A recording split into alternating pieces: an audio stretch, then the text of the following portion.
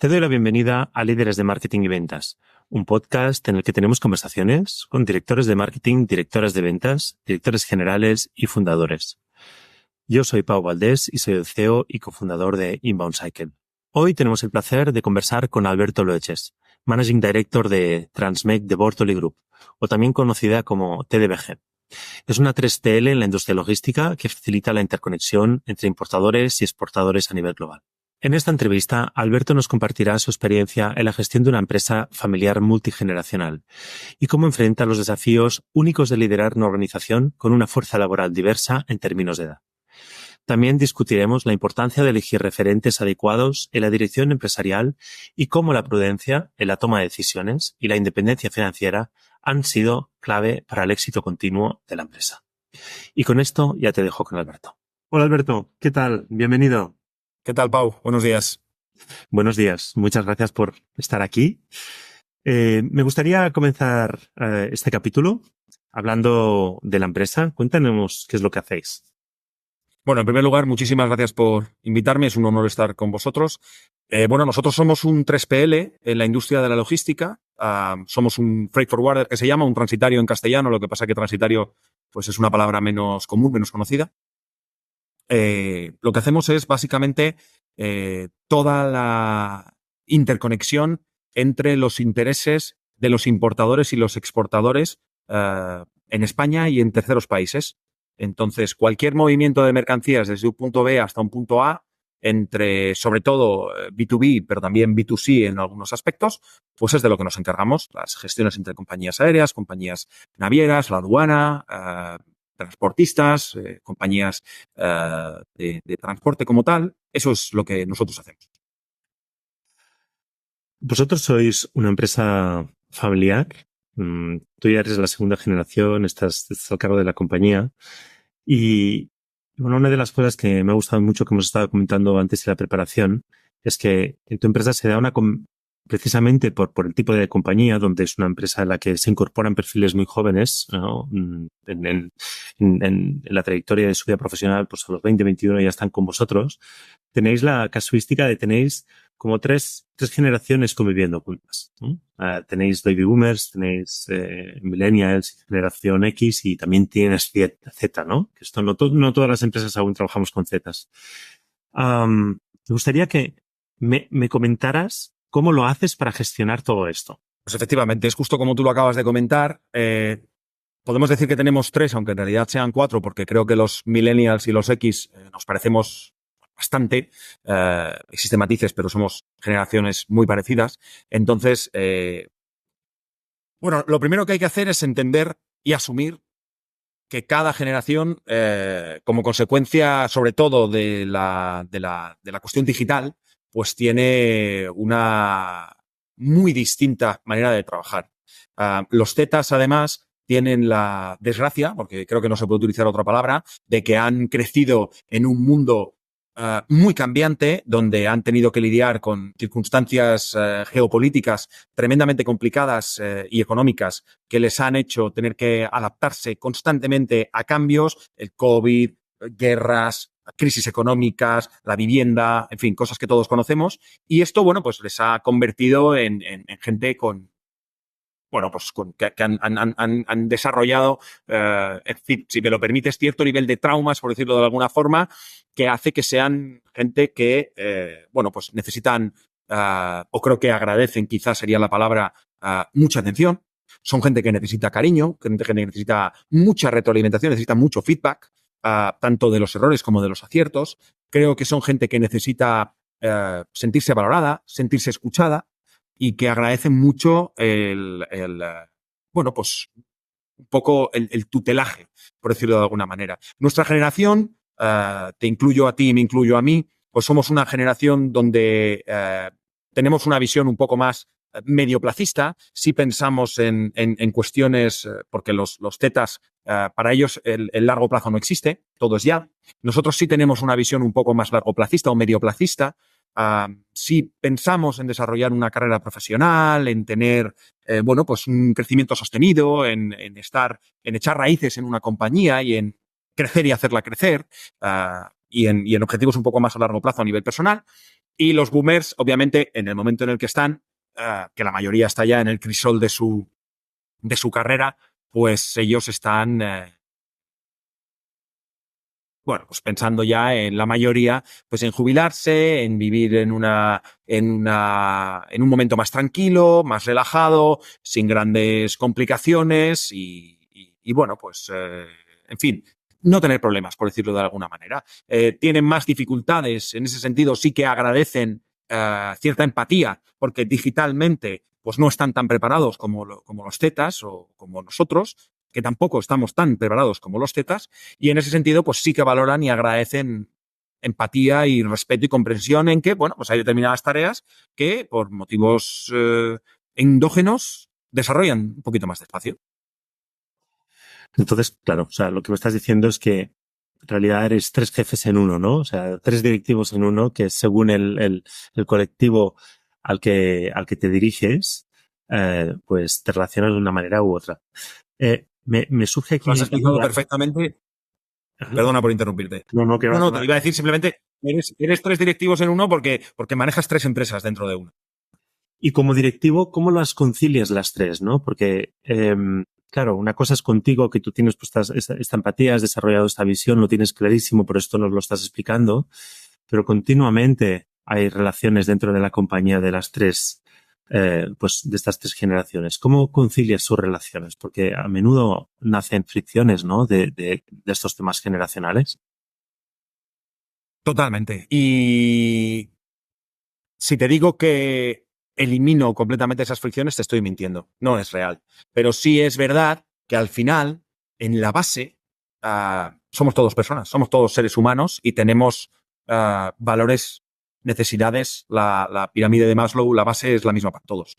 Entonces, al final, yo creo que cuando haces que las personas se sientan, en términos generales, valoradas, queridas, escuchadas, importantes dentro de las particularidades de cada generación, pienso que muchas de esas fricciones desaparecen. Para nosotros, y de verdad no es propaganda, las personas son terriblemente importantes por lo que hemos comentado al principio de lo anacrónico y lo obsoleto de nuestro sector y de la gestión del trabajo diario. Y por lo tanto, en mi sector en general y en mi empresa en particular, se cuida profundamente a las personas porque sin duda alguna es el activo más valioso que tenemos. Déjame cambiar un poco de tercio. Mm, Otra de las cosas que me ha llamado la atención en nuestra conversación previa tiene que ver en el proceso de tu toma de responsabilidad dentro de la compañía, ¿no? Y de cómo y de cómo tú has tomado un liderazgo pues personal y particular y que además en esta búsqueda de referentes tienes las cosas como muy claras. O sea, yo creo que este tema es un tema muy crítico. Ahora nos lo explicarás y la audiencia entenderá mejor por qué lo saco a relucir, ¿no? Pero la idea de los referentes y de no confundirse quién sigues es muy importante en la gestión de la compañía. Desarrollanos este punto porque creo que es un tema crucial. Bueno, cuando llegas a los puestos de alta dirección de cualquier empresa, al principio creo que siempre te encuentras un poco solo y un poco perdido. Entonces, la tendencia habitual pues es o bien a devorar libros o podcast o cosas por el estilo, o bien a buscar referentes, como tú has dicho. En la búsqueda de referentes siempre se tiende al mainstream, a los Jeff Bezos, a Amancio Ortega, en fin, gente, Florentino Pérez, gente súper respetada a nivel empresarial, que además me merecen personalmente toda la admiración, pero que no tienen nada que ver conmigo desde el punto de vista de tener los pies en la tierra. O sea, las compañías que manejan estas personas son completamente diferentes a la mía. Y por lo tanto, para ser capaz de gestionar mi empresa y mis recursos, tengo que ser consciente de dónde estoy y de cuáles son mis recursos y de cuáles son las consecuencias de un error en la toma de decisiones con respecto a esos recursos. Entonces, si Amancio Ortega comete un error y ese error le cuesta 1 millón de euros, probablemente no tenga ninguna consecuencia para el grupo Inditex. Pero si yo me cargo 1 millón de euros de mi dinero, entonces las cosas son muy difíciles, muy diferentes. Y yo tengo que ser consciente de que no puedo gestionar mi empresa como si esto fuera un transatlántico. Esto es un yate mono de 25 o 30 metros, una cosa con cara y ojos, pero no es Inditex, no es ACS. Y por lo tanto, tengo que gestionarlo siendo consciente de a qué me puedo enfrentar y con qué recursos cuento. Creo que es muy importante no equivocarse en la toma de referentes. Me parece un tema súper interesante y sobre todo también me lo parece desde el punto de vista de cómo crecer, ¿no? Porque aquí, sobre todo cuando, también lo comentábamos antes, cuando empiezas a gestionar una compañía y a lo mejor pues catas el éxito y también pues, el dinero, rápidamente puedes equivocarte, emborracharte de esa situación y tomar decisiones apresuradas, de un crecimiento quizá demasiado grande, ¿no?